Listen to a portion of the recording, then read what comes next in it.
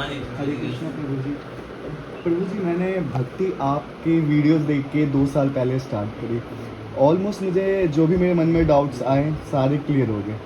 बस एक ही डाउट था, वो 90% तक क्लियर हो गया है। जब हम पशु को बहुत अच्छे से ट्रीट करते हैं इस्कॉन में। ये सारी बात मैंने आपकी वीडियो भी देखी, वो वीगनिज़्म के ऊपर मैंने वीडियो भी देखी, तो मुझे उसके आंसर्स मिले, बट मेरे को थोड़ा डाउट है, वो क्लियर करना है। वो डाउट ये है प्रभु जी, लास्ट टाइम जब मैंने वो क्लियर करने की कोशिश करी, तो ये था कि जो मार्केट में जो मिल्क मिलता है हमें, वो हिंसक होता है, यानी कि तो लास्ट टाइम मुझे इतना पता चल गया कि इस्कॉन वाले भी उनको मानते हैं कि वो गलत है, वो मिल्क गलत है, बट फिर भी यूज़ होता है। हम कुछ ऐसा कर सकते हैं कि अहिंसा मिल्क के बारे में आपने बात करी थी कि वो हम इस्कॉन में यूज़ कर सकें। वो अहिंसा मिल जाए, दैट इज बेस्ट, हम भी वही चाहते हैं। यस। वो देखिए ना, अब कई जो गौशाला वाले वैसे तो गौ माता की सेवा करते नहीं।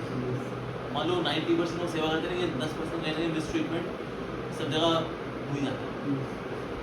अब एक तो नैतिकता की बात है ना? दूसरा होता है दिव्यता की बात। तो हम जब मान लो किसी दूध वगैरह की मंगाया और वहाँ पर गौ माता की 100% सेवा तो नहीं हो रही, लेकिन मोटा मोटा सेवा हो जाती है, मतलब गौ माता के लिए जगह है, वैसे वैसे कोई समस्या नहीं है।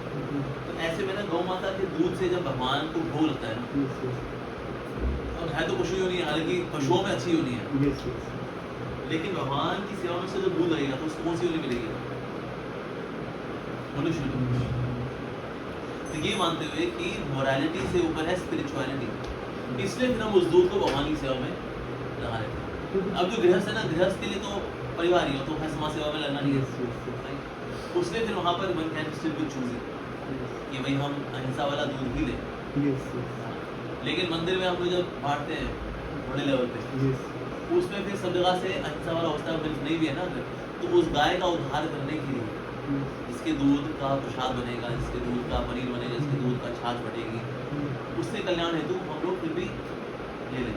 इससे मृदंग ही है, मृदंग है बेस्ट की अहिंसा मृदंग ही हो, यानी कि जो गाय स्वाभाविक रूप से मर गई है उसके चमड़े से जो बनता है वो होता है अहिंसा मृदंग।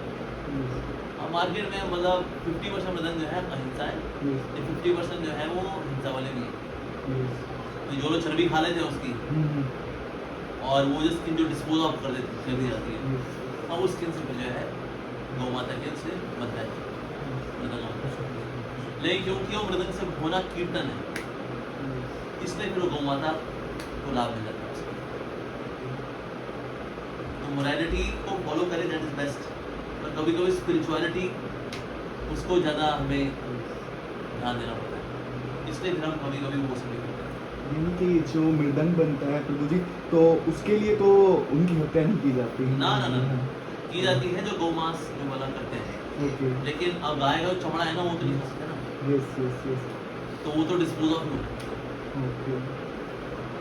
तो फिर इससे मृदंग बनते हैं।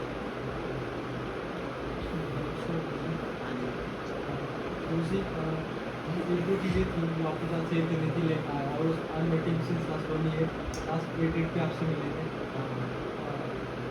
जैसे आई एम वर्किंग प्रोफेशनल और काफ़ी लोग वर्किंग प्रोफेशनल हैं, तो कई बार क्या होता है, जैसे हम कोई सी ऑर्गेनाइजेशन को चेंज करते हैं, बदलते हैं, लाइक ऐसे होते रहते हैं कि आप लोग कंपनी से दूसरी कंपनी में जाते हैं, तो जो पीछे वाली ऑर्गेनाइजेशन के जो लीडर है, या फिर आप किसी रिलेशनशिप में होते हैं, जैसे किसी के साथ भी किसी, तो जब हम एक जगह से दूसरी जगह शिफ्ट करते हैं तो पीछे वाले कनेक्शन ब्रेक हो जाते हैं, उस ऑर्गेनाइजेशन के साथ वो कनेक्शन ब्रेक हो जाते हैं। तो हम लाइक आप एक 23-24 साल के उस प्रोफेशनल को ऐसा कुछ बता सकते हो कि वो कनेक्शन ब्रेक ना हो, और लाइक जब हम दोबारा किस तरह कनेक्शन इन द सेंस, जैसे you are my senior manager in the company, जब मैं वहाँ से बाहर निकलता हूँ तो उसके बाद पता नहीं क्यों ऐसे कनेक्शन ब्रेक हो जाते हैं कि फिर चीज़ें सही नहीं होती, कि फिर ये होता कि बात भी नहीं कनेक्शन है जो ब्रेक हो जाता है। ब्रेक इन द सेंस कि आप उनके साथ दोबारा काम नहीं कर सकते, तो नहीं करो यार, किसी और में करो। तो क्या that what I'm asking ना कि क्या ये लॉन्ग टर्म में सही है कि हम ऐसे कनेक्शन जिंदगी में आगे बढ़ना चाहिए। पुराने तार इतने बिठा के रखते हैं, मेरा पहला वाला मैनेजर, उसके पहला वाला मैनेजर, उसके पहला वाला मैनेजर और पिछले जन्म वाला मैनेजर, तो जिंदगी में आगे कैसे बढ़ेगा भाई? आगे बढ़ते रहो, पिछले मैनेजर का हैप्पी दिवाली इतनी रखो कनेक्शन तो फिर तो हो गया ना। एक दूसरी चीज जैसे जब भी हम किसी से बात करें तो ऐसा हम क्या करें कि एक छाप छूट जाए सामने वाले की, तो उसको लगे कि यार हाँ दिस इज द पर्सनालिटी जिससे मेरे को मिलना था, कुछ ऐसे देखो हम अपनी हर व्यक्ति चाहता है communication- सामने वाला जेन्युइन हो और जेन्युइन कंसर्न रखता हो, लोग दिख जाते हैं। आज तो इतना बुरा हाल है, मुस्कुराते मिल लो लोग दिख जाते हैं, सारे सड़े हुए शरीर लेके लोग घूमते हैं संसार के अंदर। तो ऐसे मिले हरे कृष्णा तो मुस्कुराए लोग कितने बिक जाते हैं। तो आपने चिंता व्यक्त कर दी, लो फिर आपने कुछ सूझबूझ की बात कर दी, लो जी, और फिर आपने कुछ स्पिरिचुअलिटी की बात कर ली, चरण कहाँ है प्रभु?